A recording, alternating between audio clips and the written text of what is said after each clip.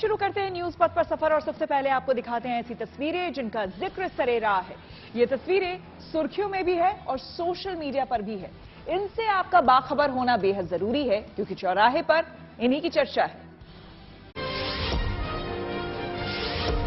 मध्य प्रदेश के मुख्यमंत्री शिवराज सिंह चौहान का ये वीडियो सुर्खियों में है, जिसमें सीएम शिवराज सिंह चौहान सीधी जिले के पेशाब कांड के पीड़ित आदिवासी दशमत रावत का पांव धो रहे हैं। सीएम शिवराज ने पीड़ित दशमत रावत को अपने आवास पर बुलाया, उसके पैर पखारे, टीका लगाया और शॉल ओढ़ाकर सम्मानित किया। सीएम ने घटना को लेकर पीड़ित से चर्चा भी की और घटना को लेकर दुख जताया। सीएम शिवराज ने पीड़ित युवक को गणेश जी की प्रतिमा भी भेंट की। मध्य प्रदेश के सीधी में दशमत रावत पर प्रवेश शुक्ला नाम के एक युवक ने पेशाब कर दिया था। इसका वीडियो वायरल हो गया। इसी घटना को लेकर सीएम ने पीड़ित से मुलाकात की और घटना के लिए माफी मांगी।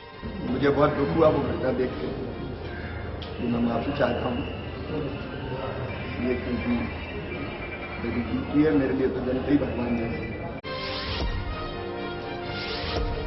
मानसून का असर हर ओर दिख रहा है। पहाड़ी हो कि मैदानी इलाका, बारिश जमकर हो रही है। ये तस्वीरें चमोली की हैं, जहां पिछले 2 दिन से लगातार बारिश हो रही है और इससे भूस्खलन की घटना बढ़ गई है। हालात ये है कि बद्रीनाथ राष्ट्रीय राजमार्ग जिनका भूस्खलन की वजह से बंद हो गया है। हालांकि रास्ता साफ करने की कोशिश हो रही है, लेकिन लगातार बारिश ने इसे भी मुश्किल बना दिया है। ऊपर पहाड़ी से मलबा लगातार गिर रहा है, जिससे रास्ता साफ करने में काफी दिक्कतें आ रही हैं। आस्था की डोर ऐसी कि भगवान बद्री विशाल के दर्शन की चाह को लगातार बारिश भी नहीं रोक पा रही। ये तस्वीरें बद्रीनाथ धाम की हैं, जहां श्रद्धालु बद्री विशाल के दर्शन के लिए छाता लेकर कतार में खड़े हैं। बद्रीनाथ धाम में लगातार 2 दिनों से बारिश हो रही है, लेकिन श्रद्धालुओं के उत्साह में कोई कमी नहीं है। लगातार बारिश के बीच बुधवार को करीब 5,500 श्रद्धालुओं ने भगवान बद्रीनाथ के दर्शन किए। शान से खड़े पहाड़ को दरकते देखना यकीनन सुकून नहीं देता। ऐसी तस्वीरें अविश्वसनीय सी लगती हैं। हिमाचल प्रदेश के मंडी की ये तस्वीर भी कुछ ऐसी ही है, जहां पल भर में पहाड़ भर कर ढहता दिखा और सड़क पर फैल गया। ये घटना मंडी के कहनवाल रोड का है। जब ये घटना हुई तब लोग वहां से आ जा रहे थे, लेकिन जब पहाड़ से मिट्टी गिरनी शुरू हुई तो उन्हें इस घटना का एहसास हुआ और लोग किनारे खड़े हो गए और इस अद्भुत नजारे को हैरानी से देखते रहे, कैमरे में कैद करने लगे। कहीं बारिश से त्राही है तो कहीं लोग मानसून का मजा ले रहे हैं। ये तस्वीरें अमृतसर के गोल्डन टेम्पल की है, जहां श्रद्धालु बारिश का आनंद लेते दिखे। ऐसा भी क्या नशा कि होश ही न रहे कि मौत से गलबाहियां कर रहे हैं। इस शख्स को देखिए, जहरीले कोबरा सांप को देह से ऐसे लपेट रहा है जैसे उसका पालतू सांप हो। ये बस कुछ पल की बात नहीं, ये शख्स शराब के नशे में घंटों इस कोबरे से खेलता रहा, कभी गले से लपेट कर तो कभी लहरा कर। हैरानी की बात ये रही कि कोबरे ने इसे ढसा भी नहीं। ये नजारा छत्तीसगढ़ के कोरबा का है और इस नौजवान का नाम विजय यादव है। काफी ड्रामा करने के बाद एक सर्प मित्र ने आकर कोबरे को इस युवक से आजाद किया। जिंदगी का सफर सुहाना हो, इसके लिए सावधान रहना जरूरी है। रोजमर्रा की आपाधापी में कुछ देर बैठकर सोचना समझना भी जरूरी है कि आपके आसपास क्या हो रहा है और जो कुछ हो रहा है उससे हमारी जिंदगी, हमारा परिवार कैसे प्रभावित हो सकता है। इसलिए हॉर्न बजाकर बाखबर करने वाली खबर जरूरी होती है। और आज की ये खबर मुंबई की मुसीबत से जुड़ी हुई है। जी हां, जो मानसून की दस्तक के साथ ही शुरू हो जाती है।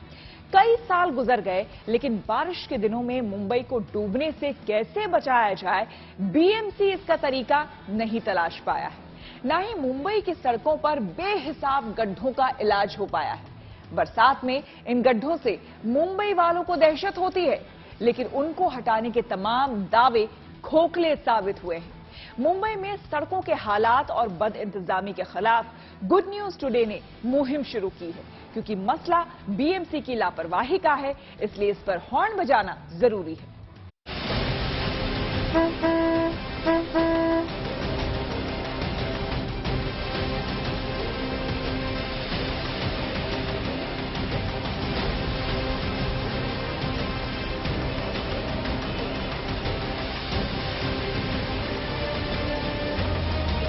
मुंबई के रंग बदलते रहते हैं, लेकिन ये तस्वीर नहीं बदलती। सड़कों पर जमा पानी, पानी से होकर धीमी रफ्तार में गुजरती गाड़ियां और लंबा ट्रैफिक जाम। दौड़ते भागते इस शहर में कोई बारिश का स्वागत भला कैसे करे, क्योंकि बरसात आती है तो मुसीबत साथ लाती है। हालांकि वर्षों से बीएमसी की कोशिश जारी है, लेकिन क्या करें, शायद ये चुनौती बहुत भारी है। सड़क बनती जरूर है, लेकिन जल जमाव की वजह से गड्ढों में तब्दील हो जाती है और गड्ढों से होकर गुजरने वालों को इसकी आदत हो जाती है। ये हाल है देश की आर्थिक राजधानी मुंबई का, जहां अभी तो बारिश शुरू हुई है और आलम यह है कि अभी से रास्ते बंद होने लगे हैं। मॉनसून आते ही मुंबई की रफ्तार थम सी जाती है। इसका सबसे बड़ा कारण है जिस तरीके से मुंबई में बरसात होती है और बरसात के बाद जल जमाव की स्थिति पूरे मुंबई शहर में होती है, उससे मुंबईकरों को काफी तकलीफों का सामना करना पड़ता है। सबसे महत्वपूर्ण चीज आती है सामने, वो होती है बीएमसी और प्रशासन की तैयारियां। हर साल बीएमसी का बजट करोड़ों में होता है। प्रशासन कहती है कि इस साल जो है वो मुंबई नहीं डूबेगी, ये हर साल का हाल होता है, मगर मुंबई जलभराव से मग्न होती है और लोगों को बहुत सारी तकलीफों का सामना करना पड़ता है। बरसात में मुंबई का हाल क्या होगा, इसके लिए भविष्यवाणी की जरूरत नहीं। लोग बाग भी जानते हैं और प्रशासन भी, लेकिन खूबी ये है कि हालात बदलने के लिए जो कुछ किया जाता है उसका नतीजा नहीं निकलता। मुंबई के दादर, सियोन, माहिम और किंग सर्किल हार्बर इलाके में जल जमाव होता रहा है, होता रहेगा। जमकर बारिश हुई तो हिंद माता इलाके का जलमग्न होना तय है। सभी जानते हैं कि बारिश होगी तो अंधेरी और खार सबवे में पानी भर जाएगा, रास्ता बंद हो जाएगा, ट्रैफिक थम जाएगा। लेकिन जानने भर से क्या होता है, होगा तो वही जो हर साल होता है। फिर भी उम्मीद कायम है कि बीएमसी कोई ठोस कदम उठाएगा। इसलिए गुड न्यूज टुडे ने मुहिम शुरू की है, क्योंकि ऐसे हालात पर हॉर्न बजाना जरूरी है।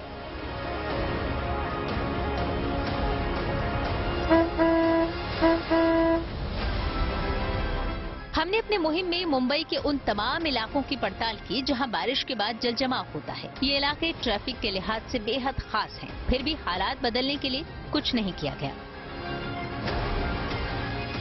मुंबई में ऐसे कुछ इलाके हैं जो दशकों से पानी से भरे हुए रहते हैं, मगर प्रशासन कोशिश करती रह जाती है, मगर जल जमाव की स्थिति सामने उत्पन्न होती है। मुंबई का अंधेरी सबवे ये वो इलाका है जो मुंबई में सबसे महत्वपूर्ण भी माना जाता है, क्योंकि अंधेरी एक ऐसा इलाका है जहां पे बहुत सारे लोग काम करने आते हैं। अंधेरी ईस्ट को अंधेरी वेस्ट से जोड़ता है ये इलाका। वहीं सबवे में हर साल थोड़ी सी बारिश होते ही जो है वो पानी भर जाता है और लोगों को घंटों तक रुकना पड़ता है।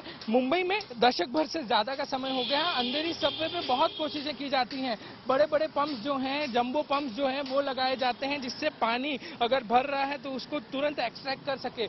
मगर सबसे बड़ी बात आती है कि पानी भरने के बाद उसको एक्सट्रैक्ट करना थोड़ा मुश्किल हो जाता है, क्योंकि पानी जिस हिसाब से जमता है, जिस तेजी से जमता है, उसके बाद ये जंबो पंप्स काम करना शुरू करते हैं, इनको शुरू किया जाता है। जब तक ये पूरा पानी एक्सट्रैक्ट करके एक ऐसी जगह पे नहीं डालते हैं, तब तक लोगों की दिक्कतें जो हैं वो बनी रहती हैं। ऐसे में सबसे बड़ा सवाल इतने दशकों बाद भी ये उठता है कि क्या बीएमसी और प्रशासन की तैयारियां जो हैं वो सहज होती है, वो सही होती हैं, क्योंकि हर साल इसी तरह का नजारा जो है जहां पर बहुत सारा जल भराव हो जाता है और लोगों को तकलीफों का सामना करना पड़ता है। हफ्ते भर पहले जब मुंबई में बरसात हुई, अंधेरी सबवे में पानी भर गया और एहतियातन इसे 2 बार बंद करना पड़ा। इसकी वजह से आसपास के इलाकों में भी ट्रैफिक जाम की स्थिति हो गई। लोग काम पर या घर जाने के लिए घंटों इंतजार करते रहे। मामूली बारिश हो जाने पर भी इस सबवे पर जाम लगना आम बात है, और अगर आप यहाँ सड़क की तलाश कर रहे हैं तो निराशा हाथ लगेगी, क्योंकि हर कदम पर गड्ढे हैं। ये सूरत सभी को नजर आती है, सिवाय बीएमसी के। लेकिन ऐसी अव्यवस्था का शिकार सिर्फ अंधेरी सबवे नहीं है। हमारी टीम खार इलाके में पहुंची तो वहाँ भी यही हालात नजर आए। मुंबई में जैसे ही बरसात शुरू होती है, जल जमाव की स्थिति हर साल बन जाती है। सबसे ज्यादा दिक्कत अंधेरी सबवे और खार सबवे के पास लोगों को भुगतनी पड़ती है। एक तो खार सबवे और अंधेरी सबवे निचले इलाकों में आते हैं, और जैसे ही यहाँ 5 से 10 मिनट की तेज बारिश होती है, यहाँ पर जल भराव शुरू हो जाता है। हर साल पिछले कुछ दशकों से यही हाल रहता है। हर साल बीएमसी और प्रशासन ये कहती है, दिलासा देती है कि इस साल मुंबई में जल जमाव की स्थिति उत्पन्न नहीं होगी और लोगों को दिक्कतों का सामना नहीं करना पड़ेगा। मगर जैसे ही पहली बरसात आती है, सारे वादे खोखले साबित होते हैं और सारी सच्चाई सामने आ जाती है।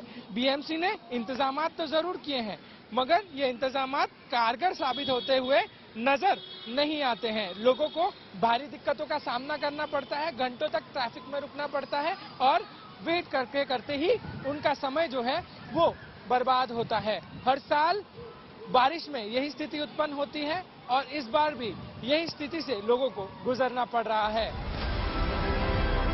ट्रैफिक के नजरिए से खार सबवे बेहद खास है, क्योंकि ये सेंटा क्रूज और विले पार्ले को जोड़ता है। लेकिन जब जमकर बारिश होती है तो इतना पानी जमा हो जाता है कि यहाँ से गुजरना मुश्किल होता है। ये बात ठीक है कि पानी निकालने के लिए बीएमसी ने यहाँ भी पंप का इंतजाम किया है, लेकिन उससे ज्यादा फर्क नहीं पड़ता। यहाँ तक कि हल्की बारिश में भी यहाँ से गुजरना एक चुनौती है। एक के पीछे एक गाड़ियाँ इंतजार में खड़ी रहती हैं। यहाँ तक कि पैदल चलने वाले भी गड्ढों से बच कर चलते हैं और शायद मन ही मन सलामती की दुआ करते हैं। सवाल यह है कि देश का सबसे अमीर नगर निगम बीएमसी क्या कर रहा है। बीएमसी का इस साल का बजट 50,000 करोड़ रुपए से ज्यादा का है, जो देश के कई छोटे राज्यों के बजट से ज्यादा है। यानी पैसे की कमी नहीं है, कमी अगर है तो बीएमसी के कमिटमेंट में है। और इसीलिए हमारी मुहिम जरूरी है, हॉर्न बजाना जरूरी है, ताकि बीएमसी अपनी जिम्मेदारियां पूरी करे और मुंबई वालों को राहत मिले। मुंबई से पारस दामा के साथ bureau report, good news today.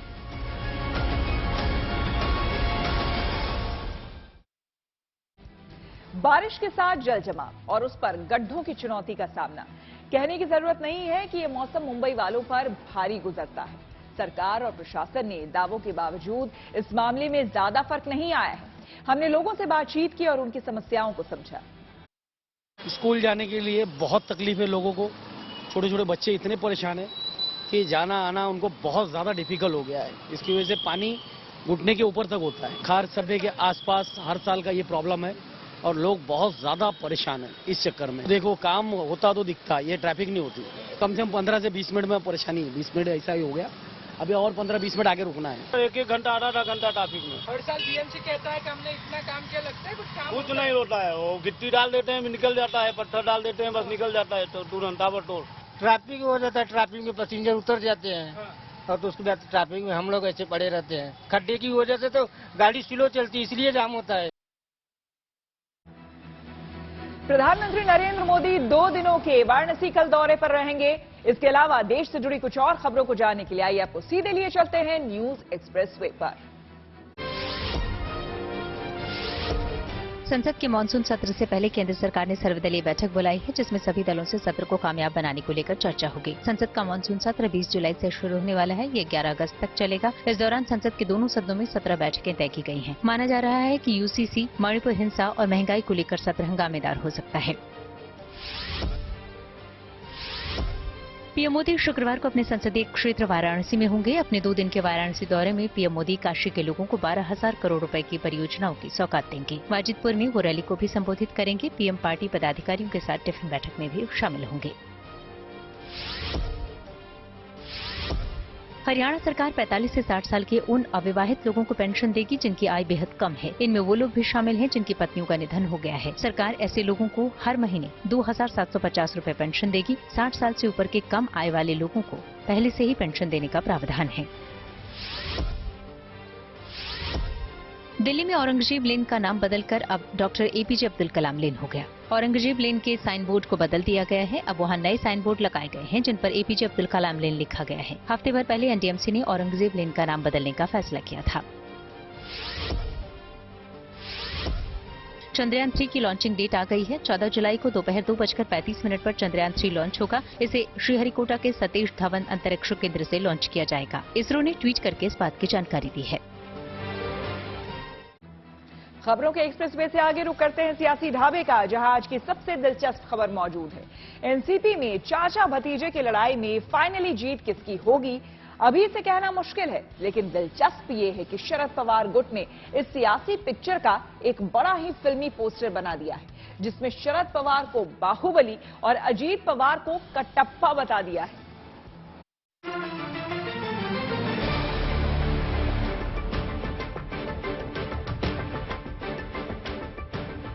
Pawar परिवार की पिक्चर पहले रिलीज हुई, पोस्टर बाद में आया। पोस्टर पर तस्वीरें धुंधली हैं, चेहरा साफ नजर नहीं आता।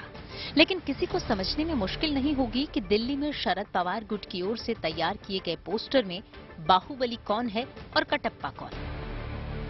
पीठ पर तलवार घोंपने वाली तस्वीर के साथ गद्दार और मक्कार किसे कहा जा रहा है। आप देख सकते हैं कि यहाँ पर दो तरह के पोस्टर्स आपको नजर आएंगे। एक पोस्टर जो भविष्य की राजनीति की तरफ इशारा करते हुए उसका दावा करते हुए दिखाई दे रहे हैं। दूसरी तरफ जो पोस्टर है तो एक ऐसा है जिसमें हैशटैग गद्दार के साथ बाकायदा दिखाया गया है। अगर आप उस पोस्टर को बहुत ध्यान से देखेंगे तो आपको दिखेगा कि जो ब्लैक सिलआउट लिख रहा है उसमें आगे की तरफ शरद पवार हैं और कोई कटार पीछे से उनकी तरफ घोंप रहा है, ये दिखाया गया है। हालांकि पीछे कौन दिख रहा है ये थोड़ा रिकॉग्नाइज कर पाना मुश्किल है। पार्टी में आई दरार को शरद पवार गुट सियासी धोखे के तौर पर पेश कर रहा है। अजित पवार और प्रफुल्ल पटेल जैसे नेताओं के चेहरे वाले पोस्टर भी नहीं हैं। मैसेज साफ है, रिश्ता टूट चुका है। दिल्ली में शरद पवार के आवास पर हुई बैठक में अजित पवार समेत 9 विधायकों को पार्टी से बाहर करने का फैसला फाइनल हो गया। शरद पवार ने अजित पवार की उम्र वाले बयान को उम्र से ही काटा।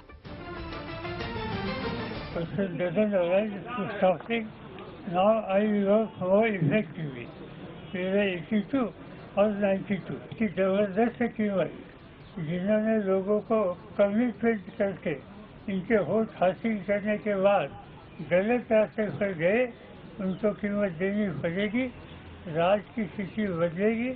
वहाँ राष्ट्रवादी कांग्रेस हो और उद्धव ठाकरे के नेतृत्व का सेना का संगठन हो, इनके हाथ में महाराष्ट्र के लोग पूरी हुकूमत देखें। दिल्ली में शरद पवार ने बैठक करके 2 बड़े मैसेज दिए। पहला तो ये कि पार्टी के कई नेता उनके साथ हैं और इसी दम पर वो पार्टी पर अपने अधिकार की लड़ाई लड़ेंगे।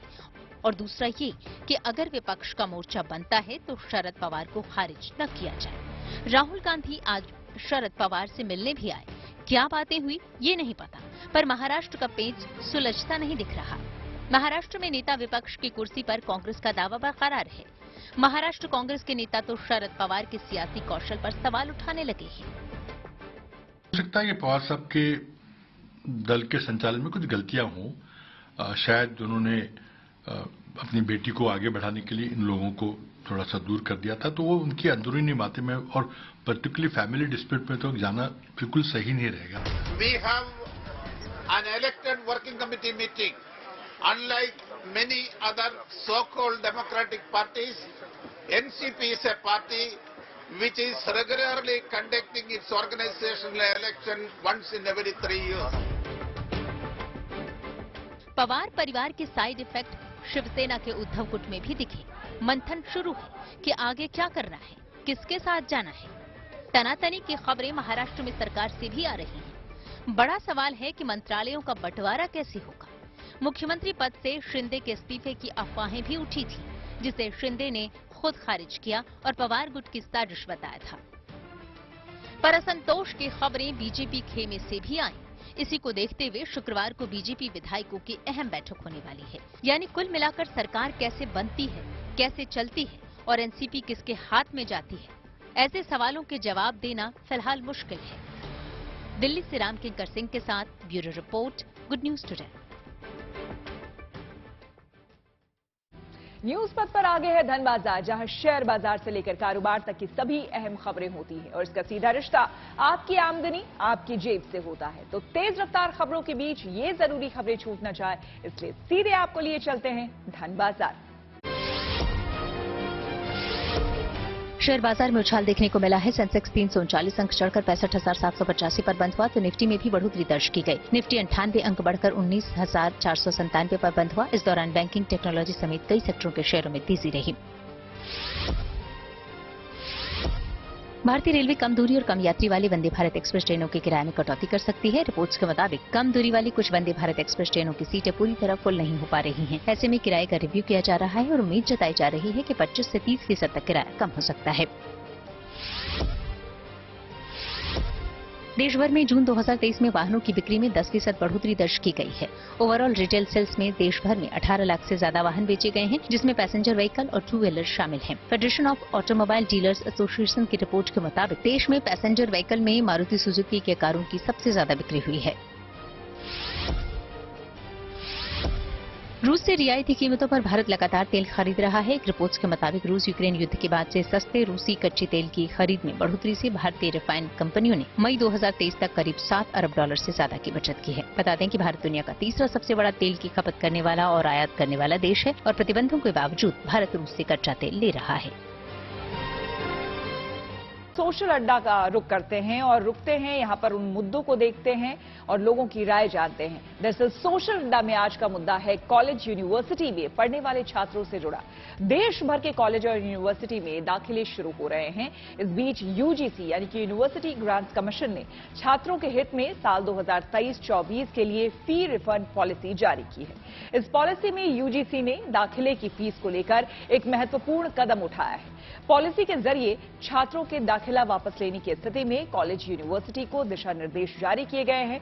पॉलिसी में कहा गया है कि अगर कोई छात्र 30 सितंबर तक दाखिला वापस लेता है तो उसे पूरी फीस लौटाई जाएगी, जबकि 31 अक्टूबर तक दाखिला वापस लेने की स्थिति में छात्र को 1000 रुपए की कटौती के बाद बाकी की फीस लौटा दी जाएगी।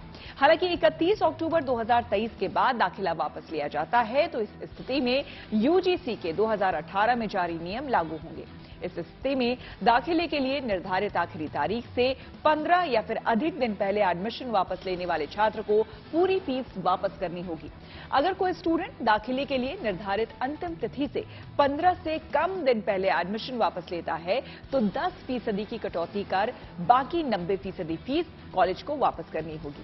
वहीं आखिरी तारीख निकल जाने के 15 दिन या फिर कम दिन होने पर 80% लौटाई जाएगी, जबकि लास्ट डेट के 30 दिन के अधिक समय गुजर जाने के बाद कोई फीस वापसी नहीं होगी।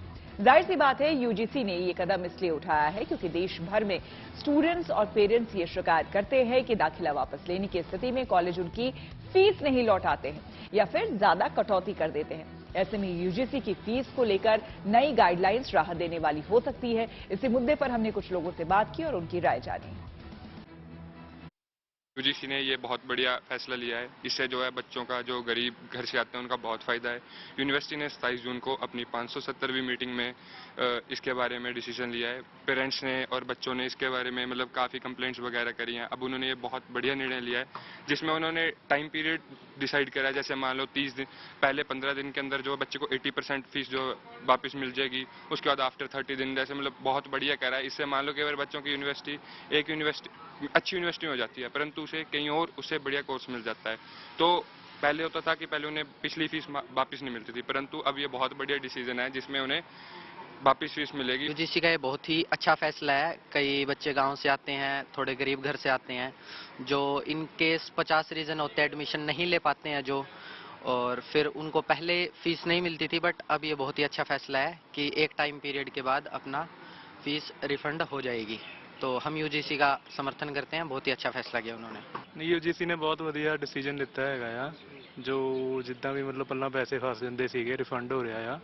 पेरेंट्स ਲਈ भी चंगी गल हैगी आ, स्टूडेंट्स ਲਈ भी चंगी गल आ, ते मतलब मेरे हिसाब नाल बिल्कुल ठीक डिसीजन लिता है। मेरे नज़रिए से फैसला बिल्कुल सही है क्योंकि आज के टाइम में एक तो पढ़ाई इतनी महंगी हो चुकी है, ऊपर से अगर हमें पैसे अगर फीस देते हैं अगर वो रिफंड नहीं हो पा रही है तो हमारे लिए एक बहुत बड़ी प्रॉब्लम है आज की जनरेशन के लिए, क्योंकि एक तो इतनी मुश्किल से पैसे इकट्ठे होते हैं, इतने सारे खर्चे, महंगाई बढ़ रही है और उस टाइम में कोर्सेज भी इतने महंगे हो चुके हैं और उस टाइम अगर हमारे पैसे जो अगर रिफंड नहीं हो रहे हैं तो उसमें एक बहुत बड़ी दिक्कत आएगी।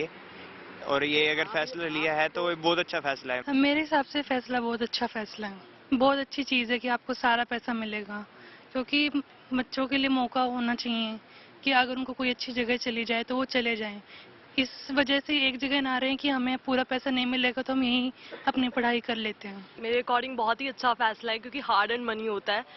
बहुत से ऐसे भी स्टूडेंट्स होते हैं जो कि बहुत ही है ना एजुकेशन के लिए आते हैं दूर से, पंजाब यूनिवर्सिटी में या फिर कोई और यूनिवर्सिटी भी है अगर, एंड रिफंड का एक ऐसा फैसला है कि पूरी रिफंड हो जाएगी अमाउंट, राइट। सो एक हार्ड एंड मनी होता है, तो मेरे अकॉर्डिंग बहुत ही अच्छा फैसला उन्होंने लिया है। आ गया मेटा का नया ऐप थ्रेड्स। जी हां, टेक्नोलॉजी से जुड़ी ऐसी ही हर एक जरूरी खबर को जानने समझने के लिए आइए लिए चलते हैं आपको डिजिटल गली में। मेटा ने अपना नया ऐप थ्रेड्स लॉन्च कर दिया। ऐप की लॉन्चिंग के बाद से अब तक इस ऐप से 1 करोड़ से ज्यादा लोग जुड़ गए। मेटा ने इस ऐप को अभी 100 देशों में लॉन्च किया है। बता दें कि थ्रेड्स ऐप ट्विटर की तरह ही टेक्स्ट बेस्ड प्लेटफॉर्म है। इस पर 500 कैरेक्टर तक लंबे पोस्ट पब्लिश कर सकते हैं। इस पर लिंक, फोटो और वीडियो भी शेयर किए जा सकते हैं। चीन की मोबाइल फोन कंपनी रियलमी ने भारत में Realme Narzo 60 series 5G launch कर दिया है। इस सीरीज के तहत company 2 smartphone Realme Narzo 60 5G और रियलमी नार्जो 60 प्रो 5G लेकर आई है, जिसकी कीमत 17,999 से शुरू होकर 29,999 रुपए तक है। इसके साथ ही कंपनी ने रियलमी ईयरबड्स 3 भी लॉन्च किया है। Open network for digital commerce ने देश के 5 शहरों में अपना बीटा पेज लॉन्च कर दिया है। ONDC कोई ऐप नहीं है, बल्कि ये UPI की तरह एक प्लेटफॉर्म है जहां ग्राहक आसानी से किसी भी प्रोडक्ट के प्राइस और क्वालिटी को कंपेयर कर खरीद सकते हैं। कंपनी का मानना है कि इसके जरिए सभी सेलर्स को बराबर का मौका मिलेगा।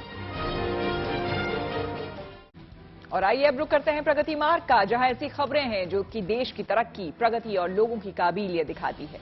प्रधानमंत्री मोदी 8 जुलाई को Amritsar Jamnagar express economic corridor के 6 लेन ग्रीनफील्ड एक्सप्रेसवे के एक हिस्से का उद्घाटन करेंगे। अमृतसर जामनगर एक्सप्रेसवे का यह हिस्सा राजस्थान में है। Amritsar Jamnagar expressway economic corridor के इस हिस्से को करीब 11,000 करोड़ रुपए की लागत से बनाया गया है। हालांकि प्रधानमंत्री मोदी फिलहाल सिर्फ इस इकोनॉमिक कॉरिडोर के एक हिस्से का उद्घाटन करेंगे, लेकिन जब ये पूरा प्रोजेक्ट बनकर तैयार होगा तब देश के आर्थिक विकास की रफ्तार और तेज होगी।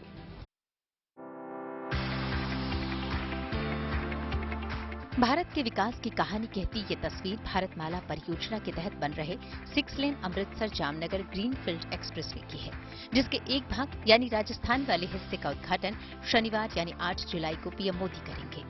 राजस्थान वाला हिस्सा मतलब हनुमानगढ़ जिले के जाखड़ा वाली गांव से जालौर जिले के खेतलावास गांव तक बने एक्सप्रेसवे के हिस्से का उद्घाटन प्रधानमंत्री करेंगे, जो 500 किलोमीटर से भी ज्यादा लंबा है। अब आपको बताते हैं इस पूरे 6 लेन एक्सप्रेसवे की खासियत के बारे में।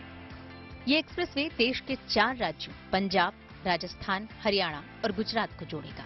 अमृतसर को जामनगर से जोड़ने वाला ये ग्रीनफील्ड एक्सप्रेसवे 917 किलोमीटर लंबा होगा। अमृतसर जामनगर कॉरिडोर से 7 बंदरगाह, 9 प्रमुख एयरपोर्ट और 1 मल्टी मॉडल लॉजिस्टिक पार्क जुड़ेंगे। ये एक्सप्रेसवे अमृतसर, बीकानेर, जोधपुर, बाड़मेर और कच्छ जैसे पर्यटन स्थलों को बेहतर कनेक्टिविटी प्रदान करेगा। ये एक्सप्रेसवे भटिंडा, बाड़मेर और जामनगर की 3 प्रमुख तेल रिफाइनरी को जोड़ने वाला भारत का पहला एक्सप्रेसवे होगा। ये एक्सप्रेसवे पंजाब, हरियाणा, जम्मू कश्मीर और हिमाचल प्रदेश जैसे राज्यों को जामनगर और कांडला के प्रमुख बंदरगाहों से जोड़ेगा। ये जो जामनगर का अब हाईवे बन रहा है, देखिए इससे सभी को बेनिफिट मिलेगा। आने जाने वाले सामान के जो ट्रक हैं उनको भी, बसेस को भी, जो कोई कारों के रास्ते से जाते हैं उनको भी। कुल मिलाकर अमृतसर जामनगर कॉरिडोर भारत के अलग अलग राज्यों को जोड़ेगा, जिससे न सिर्फ एक शहर से दूसरे शहर की दूरी कम होगी, बल्कि यात्रा के समय में काफी कमी आएगी, जिसका सीधा फायदा माल ढुलाई में मिलेगा, जिससे देश की आर्थिक रफ्तार और तेज होगी। Bureau report, good news today. अब तंजानिया में खुलने वाला है IIT मद्रास का कैंपस। जी हां, विदेश से जुड़ी कुछ और जरूरी खबरों को जानने के लिए आइए आपको सीधे लिए चलते हैं न्यूज एक्सप्रेसवे पर। भारतीय प्रौद्योगिकी संस्थान यानी IIT अब भारत के बाहर दूसरे देश में अपना कैंपस खोलने जा रहा है। तंजानिया के जंजीबार में IIT मद्रास अपना पहला विदेशी कैंपस बना रहा है। इसके लिए विदेश मंत्री एस जयशंकर 2 दिवसीय तंजानिया के दौरे पर हैं। रिपोर्ट्स की माने तो अक्टूबर से तंजानिया में IIT मद्रास कैंपस का पहला सत्र शुरू हो जाएगा। ये पहला मौका है जब किसी दूसरे देश में IIT का कैंपस बनाया जा रहा है। दुनिया भर में भारत के बढ़ते कद को लेकर यूक्रेन में मौजूद अमेरिकी राजदूत ब्रिजिट ए ब्रिंक ने तारीफ की है। ब्रिजिट ए ब्रिंक का मानना है कि रूस यूक्रेन जंग खत्म करने में भारत अहम भूमिका निभा सकता है। इसके साथ ही अमेरिका की राजदूत ने भारत की अध्यक्षता वाली G20 लोगों के वसुधैव कुटुंबकम थीम की सराहना की। अमेरिकी सांसदों ने विश्व बैंक के अध्यक्ष अजय बंगा को जलवायु परिवर्तन को लेकर चिट्ठी लिखी है। चिट्ठी में जलवायु परिवर्तन पर निवेश बढ़ाने का अनुरोध किया गया। साथ ही पत्र में भारतीय सौर ऊर्जा उद्योग की भी सराहना की गई। सांसदों ने विश्व बैंक के अध्यक्ष अजय बंगा से जलवायु निवेश को प्राथमिकता देने वाले देशों को कर्ज देने का सुझाव दिया है। पाकिस्तान इन दिनों आर्थिक बदहाली से जूझ रहा है, जिसका असर अब वहां की सेना पर भी पड़ने लगा है। रिपोर्ट्स के मुताबिक पाकिस्तानी सेना तेल की कमी होने की वजह से दिसंबर तक कोई भी मिलिट्री ड्रिल नहीं करेगी। सेना से जुड़े अधिकारी ने इसको लेकर एक लेटर भी जारी किया है। बता दें कि पाकिस्तान में फिलहाल पेट्रोल और डीजल की कीमतें 250 रुपए प्रति लीटर पार कर चुकी हैं।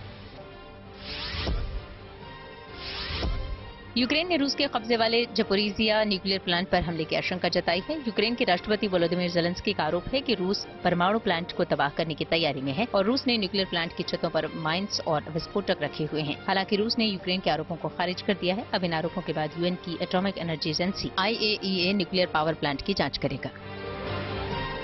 वेस्टइंडीज के खिलाफ T20 में युवाओं पर दारोमदार है। जी हां, खेल जगत की जुड़ी और खबरों को जानने के लिए आइए आपको लिए चलते हैं खेल चक्कर।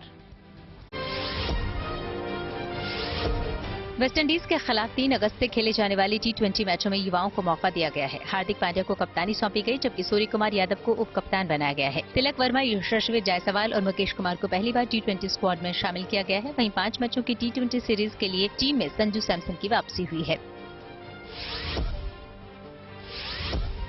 भारत के स्टार बैडमिंटन खिलाड़ी PV Sindhu Canada open 2023 tournament के प्री क्वार्टर फाइनल में पहुंच गई हैं। सिंधु ने कनाडा की तालिया एनजी को सीधे गेम में 21-16, 21-9 से हरा दिया। अब PV सिंधु अपना अगला मैच जापान की नात्सुकी नदेरा के खिलाफ खेलेंगी। सिंधु के साथ ही मेंस सिंगल्स में लक्ष्य सेन भी कनाडा ओपन के प्री क्वार्टर फाइनल में पहुंच गए हैं। पाकिस्तान क्रिकेट बोर्ड में बड़ा बदलाव हुआ है। अब जका अशरफ पाकिस्तान क्रिकेट बोर्ड के नए चेयरमैन बन गए हैं। पाकिस्तान सरकार ने जका अशरफ की अध्यक्षता में 10 सदस्यीय कमेटी की घोषणा की है, जिसमें पाकिस्तान के पूर्व बल्लेबाज जहीर अब्बास को भी शामिल किया गया है। पाकिस्तान क्रिकेट बोर्ड के नए चेयरमैन जका अशरफ का कार्यकाल 4 महीने का होगा। वनडे वर्ल्ड कप से पहले बांग्लादेश वनडे क्रिकेट टीम के कप्तान और ओपनिंग बैटर तमीम इकबाल ने इंटरनेशनल क्रिकेट से संन्यास ले लिया। तमीम इकबाल अपना रिटायरमेंट अनाउंस करते वक्त भावुक हो गए। बता दें कि 34 साल के तमीम इकबाल ने बांग्लादेश के लिए तीनों फॉर्मेट में शतक लगाए। तमीम अपने आखिरी मुकाबले में अफगानिस्तान के खिलाफ 21 गेंद खेलकर 13 रन ही बना सके। विमेंस एशेज सीरीज के दूसरे मुकाबले में इंग्लैंड ने ऑस्ट्रेलिया को 3 रनों से हरा दिया। पहले बल्लेबाजी करते हुए इंग्लैंड महिला टीम ने 186 रन बनाए थे। जवाब में बल्लेबाजी करने उतरी ऑस्ट्रेलिया महिला टीम 183 रन ही बना पाई और 3 रन से मुकाबला हार गई। अभी सीरीज 1-1 से बराबरी पर है। विमेंस एशेज T20 सीरीज का आखिरी मुकाबला 8 जुलाई को खेला जाएगा। तो इसी के साथ न्यूज पथ पर मेरे यानी श्वेता झा के साथ फिलहाल इतना ही। देश दुनिया की तमाम पॉजिटिव खबरों के लिए आप देखते रहिए गुड न्यूज टुडे।